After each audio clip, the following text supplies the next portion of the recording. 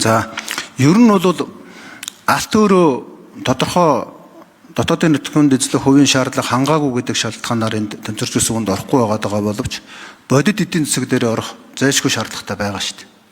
Яг одоо тэр алтны дээр орц холцуудыг яг зөв гаргаж ийн үгүй гэдэг асуудал өнгөрсөн төсвөр яригдчихл байсан. Энэ дээр ямар дүн шинжилгээ хийсэн. Тэгээ өнөөдөр эдийн засаг төсөв буурлаа гэхээр алтаал ярьж байгаа үст. Тэгсэн мөртлөө энийг одоо тэнцвэржүүлсэн орлого тооцохдоо тооцохгүй байна гэдэг чинь ямар бодлого юм бэ?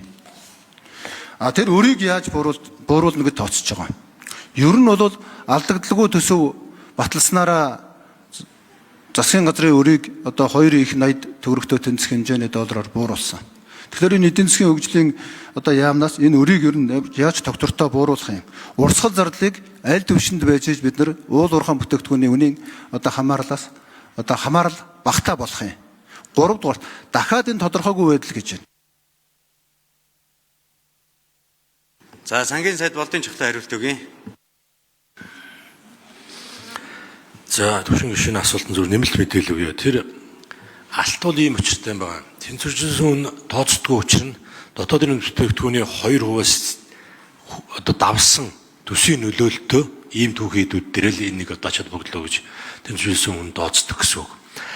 За алтны хувьд бол төсөв дээр нөлөө бол маш одоо нүүрстэйг харьцуулах юм бол маш бага.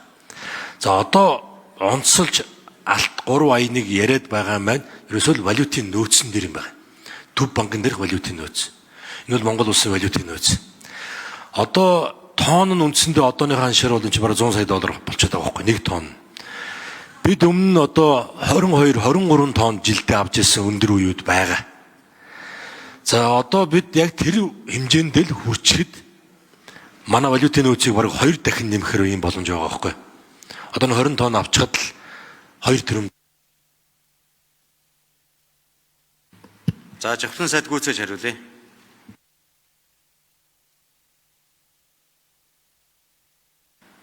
Тийм учраас алтан дээр бид өндөр ач холбогдол өгöd байгаамаа. Тийм харин зүгээр энэ ханш өндөр байна гэдэг төсөв дээр их ач холбогдол өгöd энэ алтыг дагуулад төсвийн орлогыг нэмэх төрөл улмал эрсдэлд оруулна.